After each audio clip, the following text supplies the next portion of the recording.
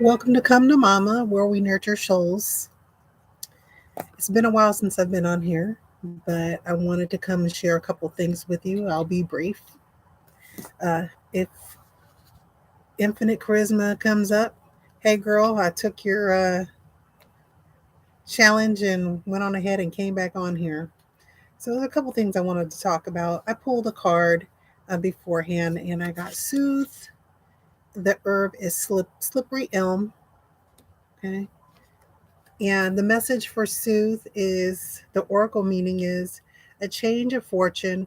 The situation looks set to occur and they could be major. Although it may appear challenging, it will be very positive in the end. A definite turning point is indicated, and you are being prompted to take a more active hand and not just let things evolve around you. Don't get discouraged by any setbacks, as they are going to be a natural part of the ebb and flow. Keep your keep yourself positive, as there is much to be optimistic about. Good fortune, positive growth, and steady upward developments are shown. So, a couple things I've noticed lately, as most of us, everyone is on their journey in life at some point, whether you consider it to be spiritual or just the daily, day to day life. Um, Sometimes it feels like things are stagnant, sometimes it feels like um, things are moving too fast. Uh, Somewhere in the middle there, or some people, are experiencing that. But one of the things that I wanted to um, talk about is where we are in our journeys and the importance of us not judging others or ourselves too bad about where we are. Um, one of the experiences that I had recently was with someone who's really, really close to me, one of my children. And my child he's very intelligent. He doesn't even realize, he just doesn't even realize it. A lot of times what you have to understand is that it says my connection is unstable. Okay.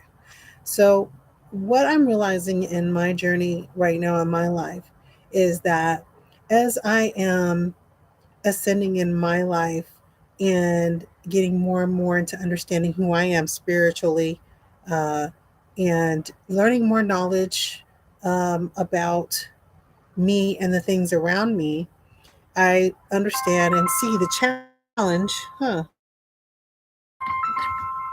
And then the phone rings, and let me tell them I'll call them back. Okay, sorry about that.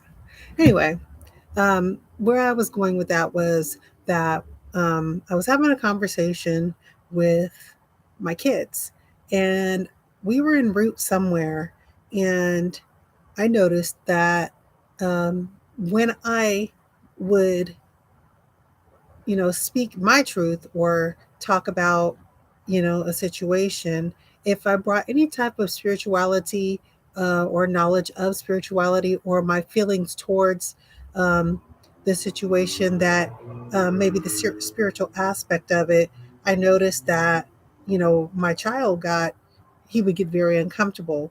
And then he'd start talking to me and saying, you make things difficult when you start interjecting these types of things in. And um, I need you to, he literally said,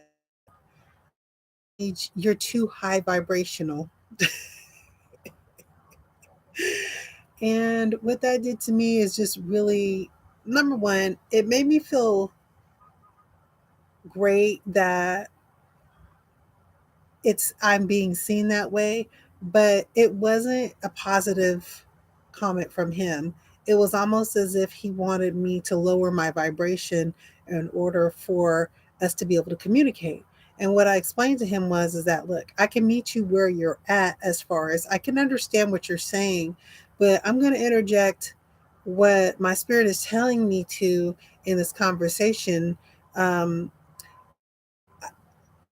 he said that it makes him hard to communicate with me. And I guess what the lesson that I get from that is that as you're ascending, everybody's not going to be able to understand or even, um, what's the word? I guess it would be understand, um, how to communicate with you. It just seems as though if they can't touch, taste, hear, smell, then they don't believe, you know, what you're saying.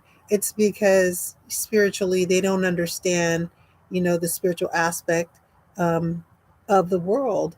And I take this as a learning lesson when I'm dealing with people because, again, most of us are taught that it's just, if you can't see it, if you can't touch it, if you can't smell it, if you can't hear it, that it doesn't exist. And that is not true, right?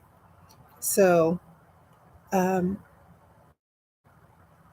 it depends on a person's spiritual belief. It depends on, what's the dogmas tied to their religion, um, that, keep them anchored outside of spirituality or outside of understanding that there is something beyond what you can see, touch, smell, and hear. And I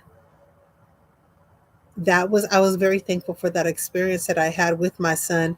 And I'm not going to stop dealing with my son. I don't look at him as somebody evil or, oh, I need to just get rid of him because he's not, or not, even though, there's this thing going around with people saying, oh, I just need to, you know, get away from people who are no longer serving, or, you know, um, don't interact with people who make you feel uncomfortable.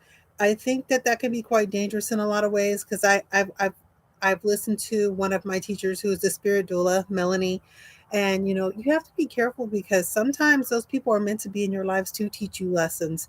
Sometimes those closest to you are there to help you understand, sometimes to gain patience and understanding instead of just cutting the ties and not dealing with them anymore. um, you'll know. You will know if it's good for you or not. Because a lot of times, you know, if you're not paying attention to how things make you feel, or you don't even understand yourself enough to know, you know, should I sever this or not?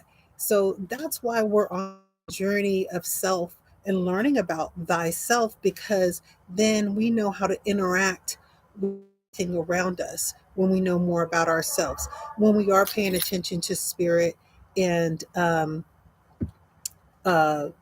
you know, our intuitions, and we're learning more about who we are. Um, a lot about our astrological charts, our birth charts, and more about occult knowledge like science, these types of sciences, these hidden sciences. Um, Paying attention to, again, I said this once before, your feelings when things aren't going right. Like, you can get uncomfortable with someone that says something to you because maybe you don't understand it. And then that's when you need clarification and you ask for clarity. But then you can also get uncomfortable when you know someone's attacking you and someone is trying to bring that negative aspect out of you. And like I tell people a lot of times, it's because they're unhappy. And unhappy people like to make other people unhappy around them. A lot of times they don't even realize it, but hurt people hurt people. That's a saying that goes around a lot. So true. I notice it in the aspects of my family dynamic at times, and I notice it in the aspects of the dealings with people, around me, that, just an observation of other people and situations. So, we need to be mindful about, um, ourselves and those around us. And for me, because I know that I am here to nurture souls and to assist people to ascend as well. Um, I have to gain more patience and understanding. So with that being said, I'm not angry at my son, but meeting him where he's at is that I know that I have to take a different approach, um, and maybe try to explain a little bit more where I'm coming from rather than just jumping right in with, because he didn't understand me at all. So communication is key. Communication is one of the most important aspects in the world. My mother tells me that all the time. If we could master communication, we'd have less problems in the world. It's because there's so many different types of people and thought processes that, and what causes those thought processes. Again, it could be religion, it could be traumas, it could be, um, the way you were raised, um, cultural, it could be many things. So being able to, um, meet people where they are, be understanding, and understanding yourself is really important, um, in this world. And so that's something that I am trying to cultivate in myself is communication and knowledge. Communication and knowledge I'm noticing is helping me deal with the world. And it's also giving me the strength to move out of my shell and interact more. So I hope that this helped some of you out there. And I plan on, uh, coming on a lot more often. Um, and I just hope everybody, is doing well out there in the world. And I'll see you soon.